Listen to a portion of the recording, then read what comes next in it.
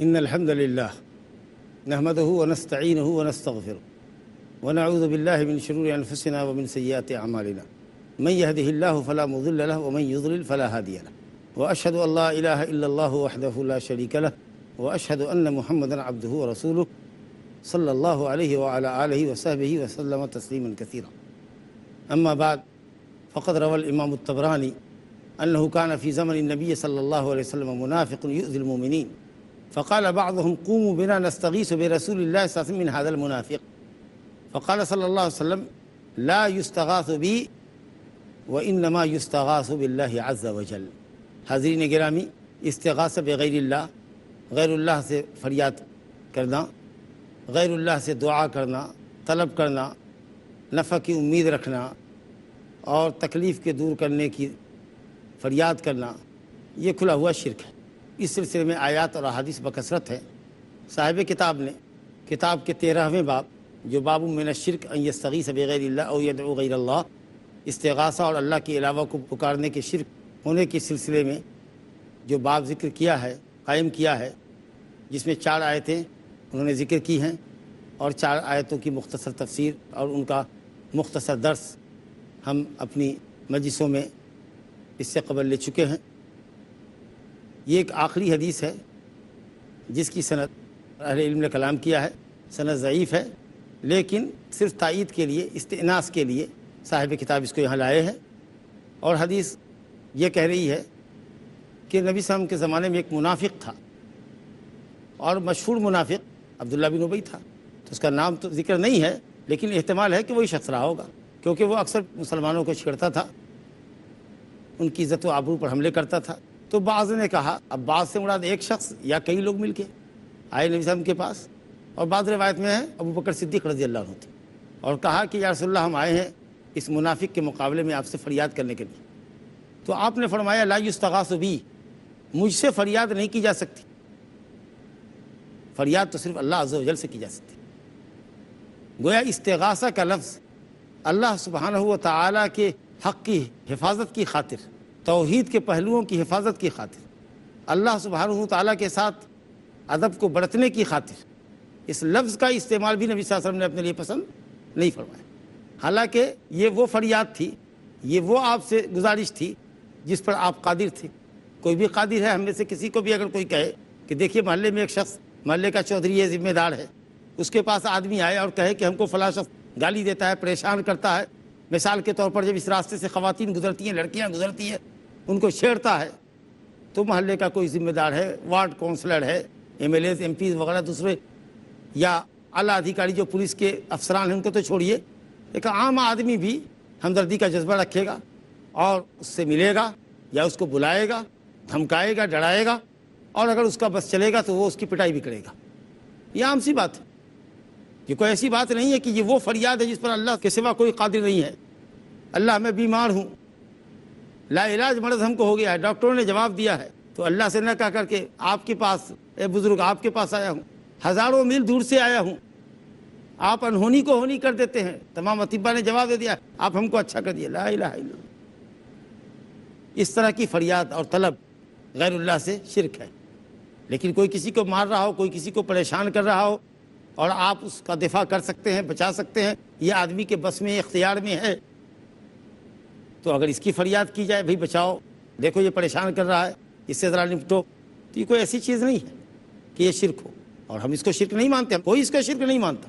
قوت اور تاثیر کا مالک اللہ ہے، اس کا اگر قوت اور تاثیر دوسرے کے اندر محسوس کرتے ہیں، مرض سے افاقہ دے سکتا ہے، ڈوبنے والے کو نجات دے سکتا ہے، مرنے والے کو بچا سکتا ہے، محتاج کو مالدار کر سکتا ہے، روزی روٹی کے لیے پریشان ہے اس کو روزی روٹی دے سکتا ہے، بے اولاد کو اولاد دے سکتا ہے وغیرہ ذالک۔ اس میں استغاثہ فریاد دعا شرک ہے، اس سے خلط مبحث نہیں ہونا چاہیے کہ مطلق پکار شرک ہے تو کیسا تم بیوی کو پکارتے، بیٹی کو پکارتے، اپنے دوستوں کو پکارتے، اپنے دوستوں سے کام لیتے، ان سے ہیلپ کر لیتے، تو کیا ایسا نہیں کرتے کہ یہ شرک ہے؟ نہیں، جس پر انسان قادر ہو اس سے فریاد کرنے میں، اس سے گزارش کرنے میں اور اس طرح کی چیزوں کا سوال کرنے میں جس کے دینے پر وہ قادر ہو، شرک نہیں ہے۔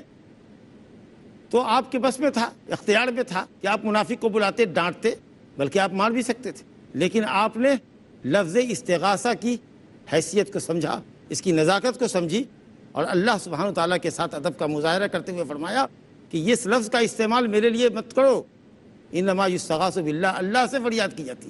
یہ صرف نبی صلی اللہ علیہ وسلم نے توحید کی حفاظت کی کہ غوث العظم اللہ ہے، شدت اور تکلیف کو دور کرنے والا اللہ ہے، لیکن یا غوث کے نعرے لگتے ہیں، شرکیہ نعرے لگتے ہیں، تو نبی صلی اللہ علیہ وسلم نے اس لفظ کو اپنے لیے پسند نہیں کیا اس چیز میں جس پر آپ اللہ کے فضل سے قادر تھے۔ حالانکہ یہاں استغاثہ کا لفظ بولنا جائز ہے، لیکن آپ نے احتیاط اور افضلیت کو راہ دیا۔ اس آیت سے اگر کوئی اعتراض کرے جو سورہ قصص کے اندر آیت نمبر 15 ہے، فاستغاثہ الذی من شیعتہ علی الذی من عدوہ، حضرت موسیٰ علیہ السلام کے شیعہ جماعت یعنی بنی اسرائیل کے ایک شخص نے جس کو قبطی مار رہا تھا، مصری قبطی مار رہا تھا، تو یہ کہا کہ حضرت موسیٰ مجھے بچاؤ، موسیٰ مجھے بچاؤ، اس ظالم سے یہ ہم کو پیٹ رہا ہے، مار رہا ہے۔ فاستغاثہ الذی من شیعتہ، موسیٰ علیہ السلام کی جماعت کے ایک آدمی نے اپنے دشمن کے خلاف موسیٰ سے استغاثہ کیا، فریاد کی کہ موسیٰ بچاؤ، یہ ہم کو پیٹ رہا ہے۔ تو حضرت موسیٰ علیہ السلام گئے اور ظالم قبطی مصری کو پکڑا اور کہا کیوں پکڑ رہے ہو، اور اس میں ایک گھوسا لگا دیا، جڑ دیا، اور اللہ کے اذن سے وہ گھوسا اتنا بھاری پڑا کہ وہ مر ہی گیا۔ واقعہ مشہور ہے۔ تو موسیٰ علیہ السلام سے اس نے استغاثہ کیا، بچاؤ بچاؤ، اس بچانے پر وہ قادر تھے۔ تو اسے استغاثہ کا لفظ استعمال کرنا جائز تو ہے، لیکن بہتر یہ ہے کہ اس لفظ کو استعمال نہ کیا جائے۔ لہذا حدیث میں اور آیت کے درمیان تطبیق یہی دی جائے گی کہ استغاثہ ایسے کام کے لیے کسی کو پکارنا جس پر وہ قادر ہو، اس کو لفظ استغاثہ سے تعبیر کیا جا سکتا، جائز ہے، لیکن بہتر یہ ہے کہ اس لفظ کا استعمال اللہ کے علاوہ کے لیے نہ کیا جائے، افضلیت۔ بہرحال استغاثہ اور فریاد جیسا کہ آپ نے سنا کہ صرف اللہ سے کرنی چاہیے، اور یہی ایک مسلمان کی ذمہ داری ہے، یہ واجب ہے ہمارے اوپر کہ ہم اس کو محسوس کریں۔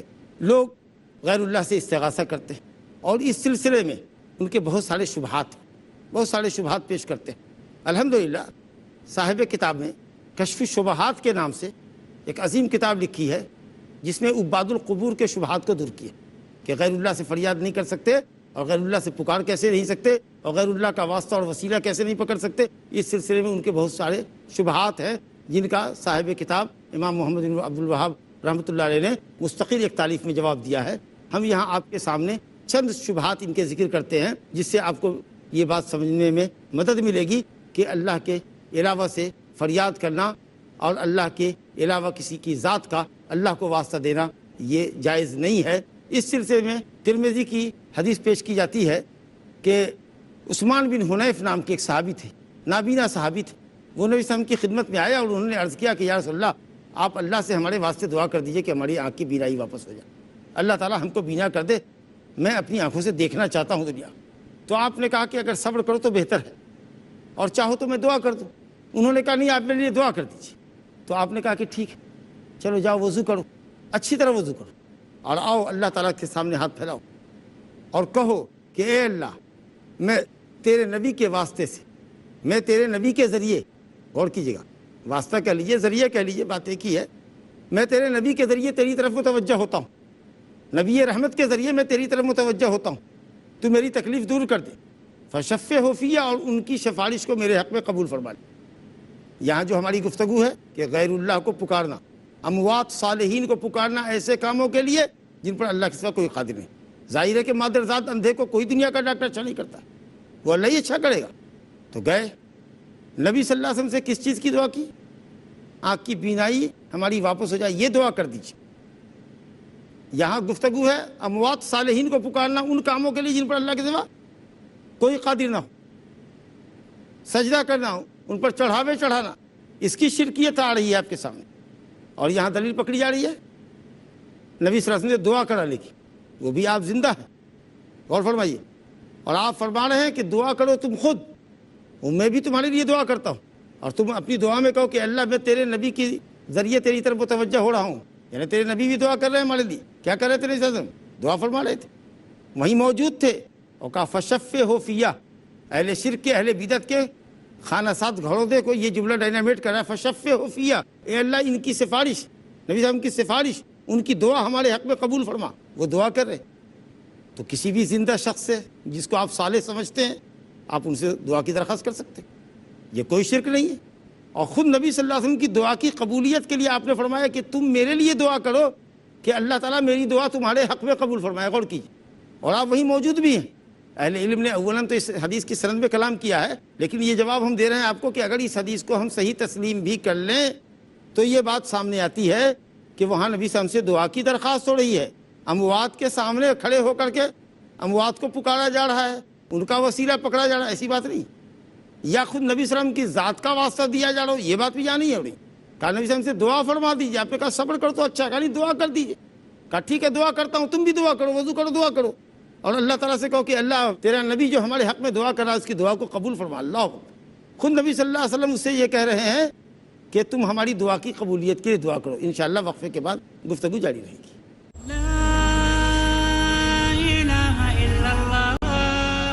السلام علیکم ورحمۃ اللہ وبرکاتہ.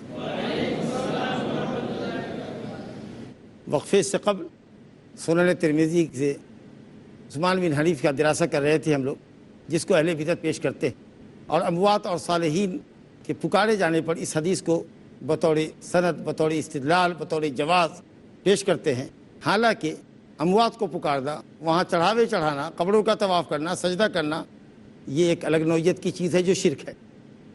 اور عثمان بن حنیف کا نبی صلی اللہ علیہ وسلم سے دعا کی درخواست کرنا، اور نبی صلی اللہ علیہ وسلم کا کہنا کہ تم خود اپنے حق میں دعا کرو، میں بھی دعا کرتا ہوں، اور میری دعا کی قبولیت کے لیے تم دعا کرو. فشفہ فیہ، کہ اللہ اپنے نبی کی شفاعت کو میرے حق میں قبول فرما، یعنی ان کی دعا کو قبول فرما. یہ کیسا استدلال ہے آپ کا کہ اموات کو پکارنا اس سے جائز ہو گیا؟ یا شخصیتوں کا واسطہ لینا جائز ہوا؟ ہرگز نہیں. وہاں یہ نہیں تھا کہ وہ نبی صلی اللہ علیہ وسلم سے دور تھے اور گھر میں کہہ رہے تھے یا اللہ تیرے نبی کا تجھ کو واسطہ، تیرے نبی کے واسطے سے ہم تجھ سے سوال کرتے ہیں. ایسا بھی نہیں تھا. نبی صاحب وہاں موجود ہیں، دعا کر رہے ہیں، ذات کا وسیلہ بھی نہیں. ماشاء اللہ در مختار وغیرہ بھی جو فقہ حنفی کی کتابیں ہیں آپ دیکھیے تو حضرت امام ابو حنیفہ رحمۃ اللہ علیہ سے بھی یہ قول منقول ہے کہ اللہ کو اس کے ناموں کے ذریعے پکارو، کسی مخلوق کا واسطہ نہ دو. امام ابو یوسف رحمۃ اللہ علیہ نے بھی اس کو ناجائز کہا. علامہ قدوری رحمۃ اللہ علیہ نے فرمایا کہ اللہ کے اوپر کسی مخلوق کا کوئی حق نہیں، جس کے ساتھ بھی کچھ ہوگا تو اللہ کا فضل ہوگا، یا اگر مجرم کو سزا ملے گی تو اللہ کا عدل ہوگا. حق کسی کا اللہ کے اوپر نہیں ہے. ہم نماز، روزے، حج، زکوٰۃ کرتے ہیں، توحید کو پختہ کرتے ہیں تو اللہ نے ہماری بخشش کا حق اپنے اوپر خود لازم کیا ہے، ہم نے ان پر لازم نہیں کیا. تو کسی مخلوق کا کوئی حق نہیں ہے کہ آپ اس کو مخلوق کا واسطہ دیں. تو یہاں واسطہ مخلوق کا نہیں تھا. جو لوگ یہ کہتے ہیں کہ نبی صلی اللہ علیہ وسلم کی ذات کا واسطہ پکڑا، یہ نہیں تھا. محمد نبی رحمت کی دعا کا واسطہ تھا، اور نبی صلی اللہ علیہ وسلم دعا فرما رہے تھے اور آپ حاضر تھے مجلس میں، کیونکہ فشفہ فیہ، اے اللہ اپنے نبی کی شفاعت میرے حق میں کروا. گویا نبی صلی اللہ علیہ وسلم نے شفاعت کی تھی. تو آپ کسی زندہ شخص کو جس کو نیک صالح سمجھتے ہیں آپ اس سے دعا کی درخواست کیجیے کہ وہ اللہ سے آپ کے حق میں دعا کرے، تو آپ کر سکتے ہیں. کچھ لوگ استدلال کرتے ہیں، مستدرک حاکم یہ روایت ہے، وہ کہتے ہیں کہ دیکھو نبی صلی اللہ علیہ وسلم کی ذات کا وسیلہ بھی ہے ثابت. مستدرک حاکم کی روایت سے دلیل پکڑتے ہیں جو عبد الرحمن بن زید بن اسلم کی سند سے ہے. یہ حضرت آدم علیہ السلام نے جو غلطی کی، شجر ممنوعہ کو کھایا آدم اور حوا نے جنت میں، تو جنتی لباس اتر گئے اور جنت سے نکال دیے گئے اللہ کی نافرمانی کے نتیجے میں. تو انہوں نے اپنے گناہوں کی بخشش کے لیے، توبہ کے لیے جو دعا کی، تو جب آسمان کی طرف نظر اٹھایا تو عرش الہی میں محمد رسول اللہ لکھا ہوا اب دیکھا. تو محمد صلی اللہ علیہ وسلم کے واسطے سے، وسیلے سے وہاں تو آپ کی ظاہر ہے کہ آپ کی دعا نہیں تھی، آپ وہاں موجود نہیں تھے، تو آپ کی ذات موجود نہیں تھی، آپ کا نام موجود تھا. روز ازل میں اللہ نے آپ کو پیدا کیا، اور تمام مخلوقات کی روح کو اللہ رب العالمین نے روز ازل میں بنایا. تو حضرت آدم نے آپ کا وسیلہ پکڑا، ظاہر ہے کہ آپ کے نام کا وسیلہ پکڑا، آپ کی ذات کا وسیلہ پکڑا کہ اللہ محمد صلی اللہ علیہ وسلم کے طفیل اور صدقے میں ہے، ہمارے گناہوں کو بخش دے، ہمارے گناہ کو بخش دے، ہماری توبہ قبول فرما. واللہ اس حدیث کی سند میں جو شخص ہے عبد الرحمن بن زید بن اسلم، یہ انتہائی ضعیف راوی ہے، محدثین کا متروک الحدیث ہے. واہی روایتیں بیان کرتا ہے، زٹلیات بیان کرتا ہے، قابل اعتماد روایت ہی نہیں. اور اس کے علاوہ یہ روایت اس لیے بھی منکر ہے کہ قرآن مجید کی آیت کی خلاف ورزی ہے. سورہ اعراف آیت نمبر 23 میں اللہ رب العالمین نے آدم اور حوا علیہ الصلوۃ والسلام کو توبہ کے لیے اور بخشش کے لیے جو دعا سکھائی تھی، اس کو اللہ رب العالمین نے سورہ اعراف آیت نمبر 23 میں نقل کیا ہے۔ قالا، دونوں نے کہا ربنا ظلمنا انفسنا وان لم تغفر لنا وترحمنا لنکونن من الخاسرین۔ ربنا ظلمنا انفسنا، اے ہمارے رب، ڈائریکٹ رب کو خطاب کر رہے ہیں، اے ہمارے رب۔ کدھر اللہ نے کہا کہ کسی نبی اور ولی کے واسطے سے پکارو، ادعونی استجب لکم، اور بھی مردے کے وسیلے سے مانگو اور مردے کو واسطہ اور ذریعہ بناؤ۔ ادعونی استجب لکم، خالص مجھ سے پکارو، مجھ پر اعتماد رکھو، میں تمہاری پکار سن لوں گا۔ اور اگر اس کے علاوہ تم کرتے ہو تو گویا ہماری عبادت سے انکار کرتے ہو، دوسرے کو پکارتے ہو تو دوسرے کی عبادت ہوگی یہ۔ تو حدیث بالکل زٹل ہے۔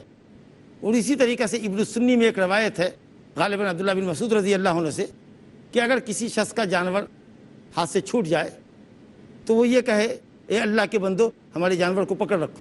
کہا دیکھو یا اللہ کے بندوں کو پکار رہے ہیں، موجود نہیں ہے۔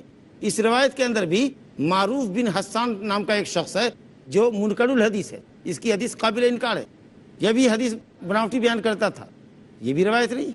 پھر یہ کہ اللہ کے بندوں پکڑ لو، ہو سکتا ہے کہ اللہ کے بعض بندے ہو جو وہاں حاضر ہوں، آپ نے کہا اللہ کے بندوں پکڑ لو، کسی نے آپ کی بات سنی کہ وہ اس کا جانور بھاگا جا رہا ہے، پکڑ لو۔ ہو سکتا ہے کہ وہاں اور دوسری مخلوق ہو جس کو اللہ نے سنایا ہو۔ بہرحال یہ حدیث بھی قابل استدلال نہیں ہے۔ تو اس طریقے سے زٹلیات، موضوعات، منکرات روایتوں سے لوگ زور زبردستی ثابت کرتے ہیں کہ مردوں سے استغاثہ فریاد کیا جا سکتا ہے، ان کو بلایا جا سکتا ہے۔ دلیلیں کچھ ثابت کرتی ہیں، ان کا استدلال کچھ ہے۔ دلیلیں کسی وادی میں ہیں، یہ کسی وادی میں ہے، لہذا اللہ سبحانہ و تعالیٰ کے علاوہ کسی بھی ایسے شخص کو پکارنا، ایسے کام کے لیے پکارنا جس پر اللہ سبحانہ و تعالیٰ کے علاوہ کوئی قادر نہ ہو، یہ کھلا ہوا شرک ہے۔ اللہ سبحانہ و تعالیٰ ہمیں اور آپ کو شرک کی جملہ قسموں سے بچائے، خاص کر دعا، استغاثہ اور فریاد کے تعلق سے۔ اللہ رب العالمین ہمیں اپنی فریاد، اپنی دعائیں صرف اپنی ذات سے پیش کرنے کی، اسماء حسنہ اور صفات اولیٰ کے ذریعے، اور واسطہ اور وسیلہ ہو تو اپنے نیک اعمال کا، یا زندہ شخص سے جس کو آپ صالح سمجھتے ہیں، متقی ہے، موحد ہے، حلال خور ہے، ایسے شخص سے اگر آپ دعا کی درخواست کرتے ہیں تو انشاءاللہ تعالیٰ یہ سب مشروع طریقے ہیں۔ لیکن اموات کو پکارنا دور سے، نزدیک سے، اور ان پر نظر و نیاز چڑھانا اور ان سے حاجت بڑھانے کے لیے درخواست کرنا، یہ بالکل شرک ہے، کیونکہ وہ کسی چیز کے مالک نہیں، نہ نفع کے مالک ہے نہ نقصان کے مالک ہے۔ اللہ سبحانہ و تعالیٰ ہمیں اچھی سمجھدار فرمائے اور ہمارے ایمان اور یقین کی اور عقیدے کی حفاظت فرمائے۔ انہ تعالیٰ سمیع مجیب۔ انشاءاللہ ہم 5 منٹ کے وقفے میں آپ سے سوال جواب کریں گے، اور آپ سے گزارش ہے کہ موضوع کے تعلق سے اگر کوئی سوال آپ کے ذہن میں ہو تو آپ اس کو پیش فرمائیں۔ السلام علیکم ورحمۃ اللہ وبرکاتہ۔ وعلیکم السلام ورحمۃ اللہ وبرکاتہ۔ مجھے اتنا اندازہ نہیں ہے، لیکن جب دعا کرتا ہے شخص تو درود آگے، دعا کی شروعات میں، دعا کے اینڈ میں درود پڑھنے کی فضیلت شاید بیان کی گئی ہے، تو کوئی ایسا اس پہ آرگیو کرے کہ کیونکہ آپ درود پڑھتے اور دعا کی قبولیت کی فضیلت ہے تو رسول صلی اللہ علیہ وسلم کے توفیل اور وسیلے سے دعا کیوں نہیں مانگی جائے، جبکہ یہ یہاں پہ ثابت ہے؟ درود عبادت ہے، جس نے نبی صلی اللہ علیہ وسلم پر درود پڑھا، صلوات پڑھی، اس کو 10 نیکیاں ملتی ہیں، اللہ تعالیٰ اس پر 10 رحمتیں نازل کرتا ہے۔ من صلی علیہ مرۃ صلی اللہ علیہ بہا عشرہ، ایک مرتبہ صلوات بھیجو گے اللہ تعالیٰ 10 صلوات بھیجے گا۔ بہت فضیلت عبادت۔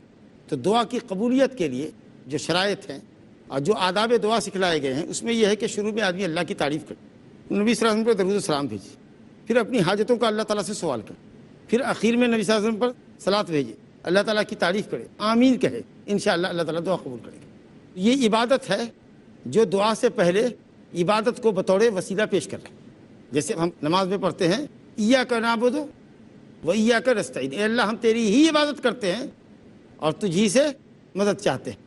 تو استعانت کے ہم محتاج ہیں، مدد کے ہم محتاج ہیں، تو اس مدد کو اللہ سے حاصل کرنے کے لیے ہم عبادت کو مقدم کریں۔ ایاک نعبد، گویا کہ عبادت وسیلہ ہو رہی ہے ہماری دعا کے لیے کہ اللہ تعالیٰ ہماری مدد فرمائے۔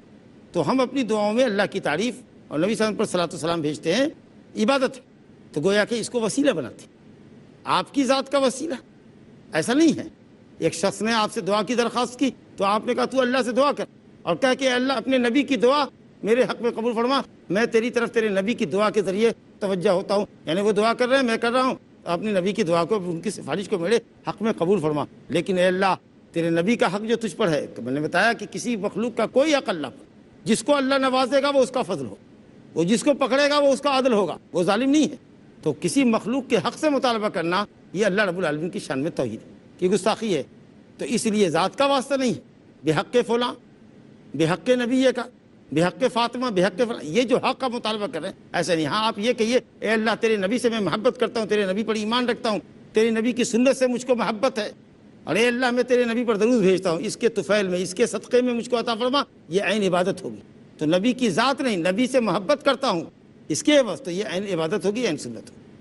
جزاک اللہ خیر. السلام علیکم شیخ. وعلیکم السلام ورحمۃ اللہ. جو آپ نے اس سے پہلے حدیث بتائی جو واسطے کی حدیث تھی, تو اس میں نبی صلی اللہ علیہ وسلم موجود تھے, مطلب زندہ موجود تھے, اس لیے ان کا واسطہ لے کر مانگنا جائز تھا.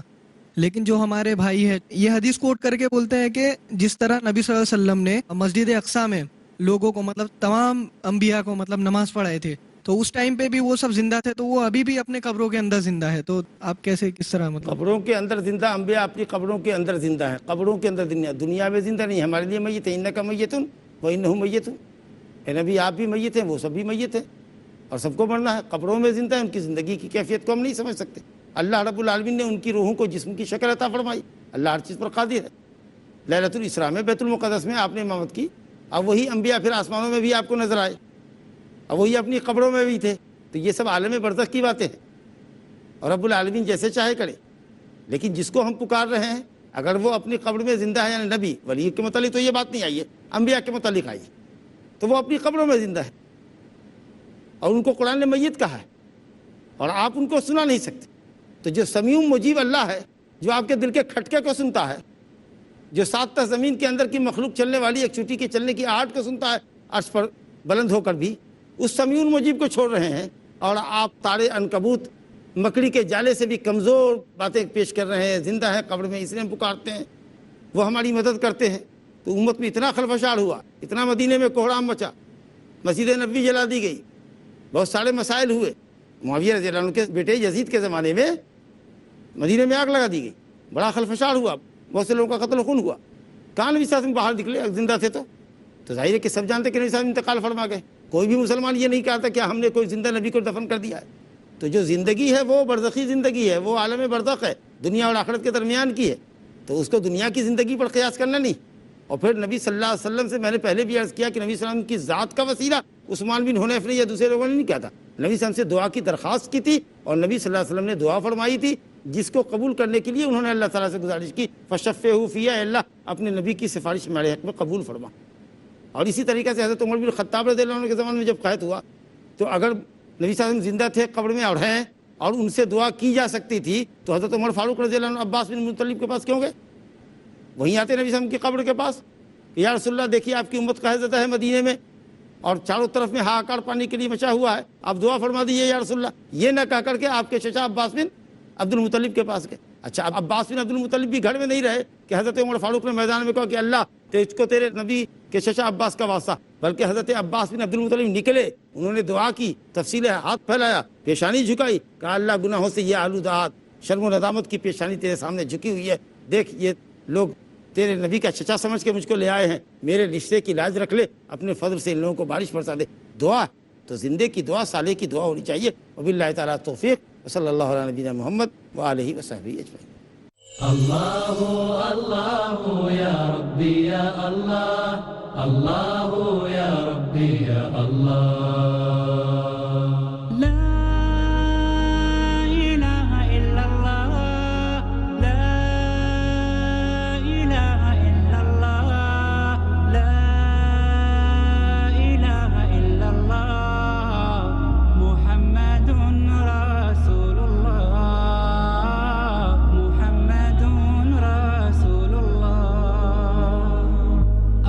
رضاك يا الله أنت الرحيم يا الله هبني عطاك يا الله أنت الكريم